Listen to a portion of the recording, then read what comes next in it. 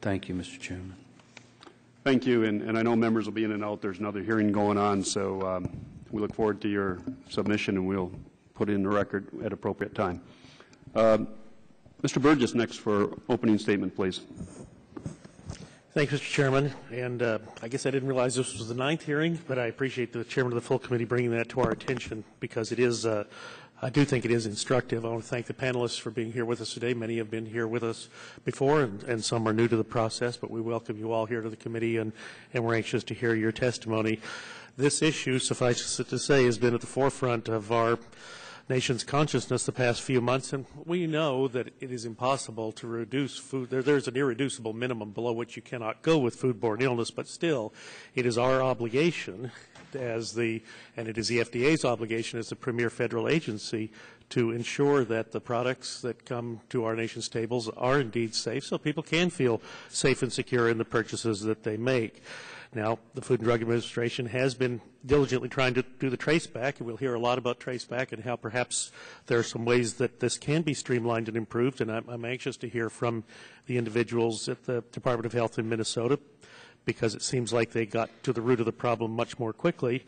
In the meantime, of course, our distributors, our retailers, and our restaurants have suffered many, many millions of dollars in loss as a result of the public health risk. Well, the fundamental issue here is that the Food and Drug Administration is in desperate need of help. And this is the committee that should be helping beyond just holding 9 hearings. And we do it over and over again, hearing after hearing. And when, Mr. Chairman, are we going to take some action?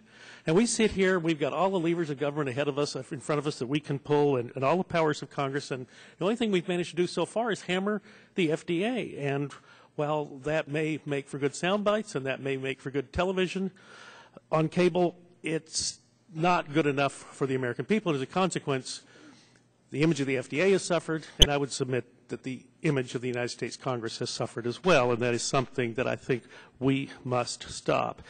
We do need to give the FDA more resources. We need to give the FDA more personnel. We all get that. There has been a small amount of attention paid to that in the supplementals, but it's not good enough just to put a bunch of funds down in the pipeline and then think we've done our job. There has to be the steady state. There has to be the ongoing appropriations process needs to behave as it's supposed to behave, not in this stop-and-start fashion that we've done the past 18 months. The FDA needs to know that they have a steady supply of funds on which they can depend, and we have not been able to manage even that simple task. Probably almost 18 months ago, we had one of these food safety hearings, and I don't even remember then what we were investigating. But as a consequence of that investigation, I see Mr. Hubbard here again, and I welcome him back to the committee. He's been very helpful in working with our office and trying to craft legislation that would just simply allow us to stop a problem when we encounter a problem. H.R. 3697 was developed as a consequence of one of the hearings we had in this committee, the Imported Food Safety Improvement Act, and as yet we've had no legislative hearing on that or any other measurable improvement. The fact remains that after the FDA did their work, after they finally found the problem, it's Friday.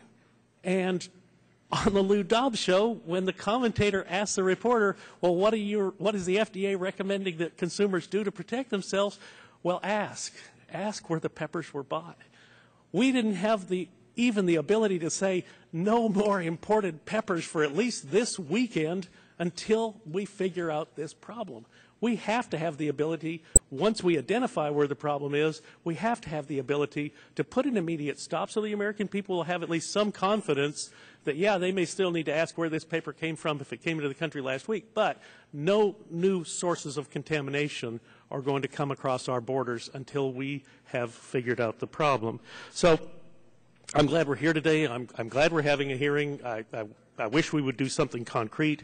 And let's focus our energies on providing the Food and Drug Administration the resources and the authority and the improved processes that it needs to protect our food supply.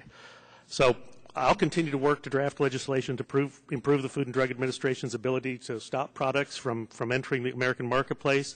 If this committee ever actually gets around to legislating on the issue, I would appreciate the opportunity to work with the chairman so that the fact that 1 out of every 4 Americans is almost daily touched by the Food and Drug Administration's activities, that they can feel safe and secure the Food and Drug Administration has the cops on the beat for them. And I'll yield back.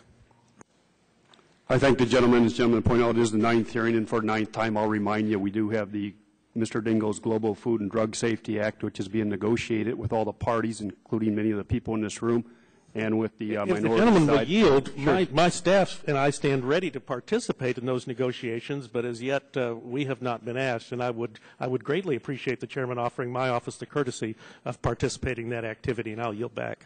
Sure. We've been working with Mr. Barton and the Republican side, and we hope to have a bill up as soon as we get back. In fact, most of the, I think some food provisions have been pretty much negotiated, so it's been an inclusive process. Both Democrats and Republicans have been doing it, and you bring it up every hearing. I just want to remind you, for the 9th time, we've been working on it, and we'll have a bill. And with that, it's Mr. Murphy's turn for an opening statement, please, sir. Thank you, Mr. Chairman.